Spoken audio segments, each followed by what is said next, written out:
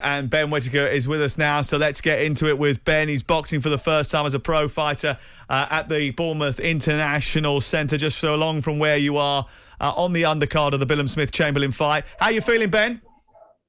Yeah, shaking my hand because I'm just ready to go.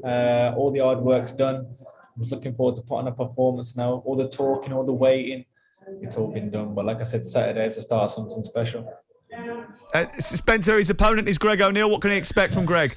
Listen, Greg O'Neill's been in with a lot of good guys, and he's taken a lot of good guys the distance. Anthony Agogo, former Olympic bronze medalist, he took Anthony the distance. So it'll be a good yardstick to see how Ben slips into the professional ranks. You know, there's high expectations from Ben. There really is. And this is a good debut for him. It's a tough guy. He's had 13 fights. He's won half of them. So, for a debut, it's a good opponent. What's the difference in preparation, Ben, from fighting in the amateurs and coming through to be a pro fighter? How different is the atmosphere going into a fight? What do you do differently? Is there a different regime? Just talk us through it. Yeah, there's a few things. So firstly, the things like the day before weigh-in. As an amateur, you're weighing on the day, fight on the day. So that's a bit of a privilege. Secondly, you go to these tournaments, you only find out who you're fighting on the day, where luckily enough, I knew I had Greg O'Neill for a couple of weeks now, so my team could put a few things together. And thirdly, it's just things like the atmosphere will be different. We've been to places like Russia, even the last Olympics, due to COVID, there was no fans. Where I'm looking forward to a decent crowd down in Bournemouth, and I'm excited. I was going to ask you about the fans, actually, and about the ring walk in particular, because I was speaking to Lauren Price, who made her debut a few weeks ago, the Olympic gold medalist, and she was saying that was the thing that she was really nervous about, doing that ring walk and having the big crowds and that, because you don't really get that in the amateurs, do you? I mean, have you prepared for that? That's all I've been thinking about, honestly. When I watch professional boxing, I always say, I want to walk out to this, I want it like this. So I've been planning that in my head since a little kid.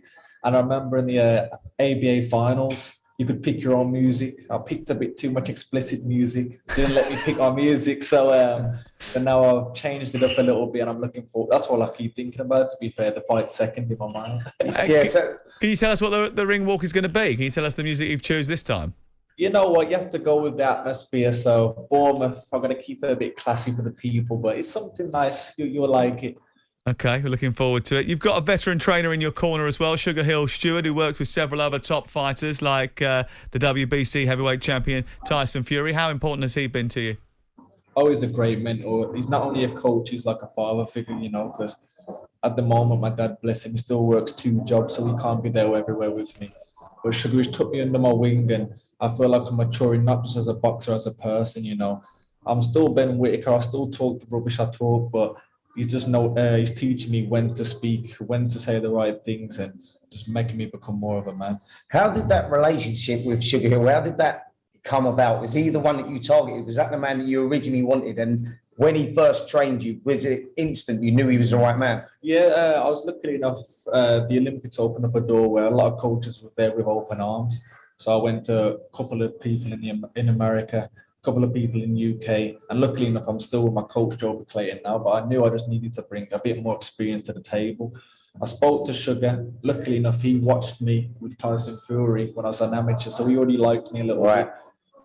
Connected, I went down to Miami, and the first session, I thought, yeah, this is the guy for me. Not just for what he was showing me, just the way he spoke, the mindset, everything. He was everything behind that. And I saw an interview with Sugar Hill, and he said that the reason that he really liked you was that you put out an interview after you won the silver medal. Now, most people would be so happy that they won a silver medal in the Olympics. You was very disappointed, and he said that's what he liked about you. You had that winner's mentality. You know it yourself.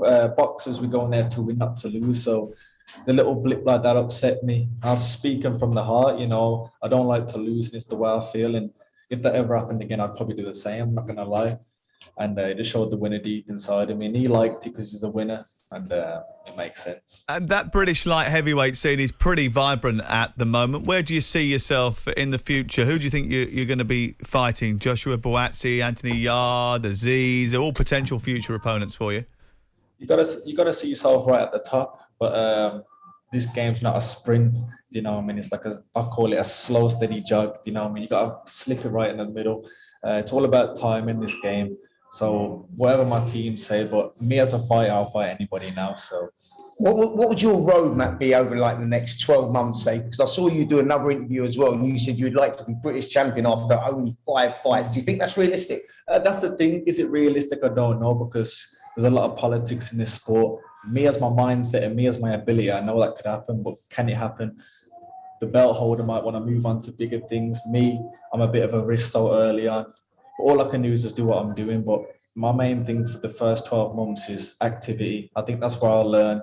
That's where in these big crowds, I'll get used to it, more familiar, and more familiar you are in those situations, the more comfortable you are. We had you on a couple of months ago, and you had big ambitions at the time. But when you were a kid, your mum had different ambitions for you, didn't she? Yeah, bless her. She wanted me to be a dancer.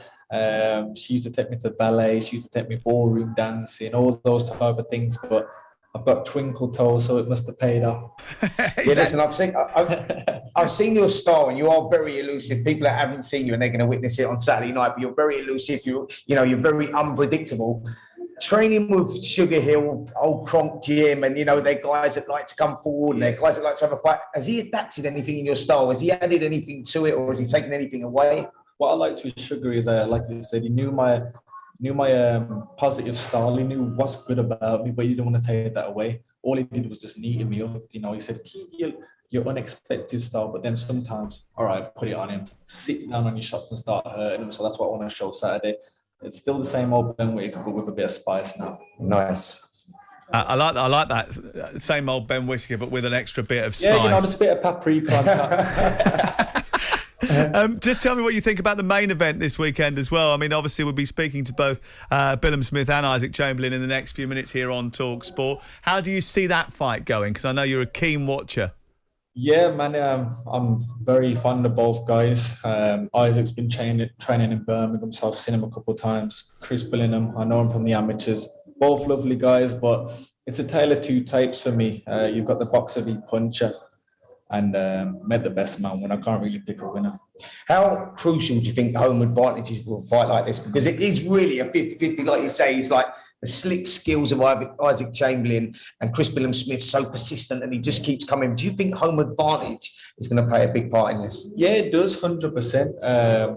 Not only that, it does play a big part when the judges, do you know what I mean? Sometimes can a judge see a shot and the crowd's going wild? That can play into the favour. But not only that, it might play into Isaac's favour too, because he'll want to silence the crowd. He'll want to be the underdog to show he's the man. So it can work both ways. And not only that, it can make Chris a bit too anxious, a bit too wanting to please. Do you know what I mean? So we'll see.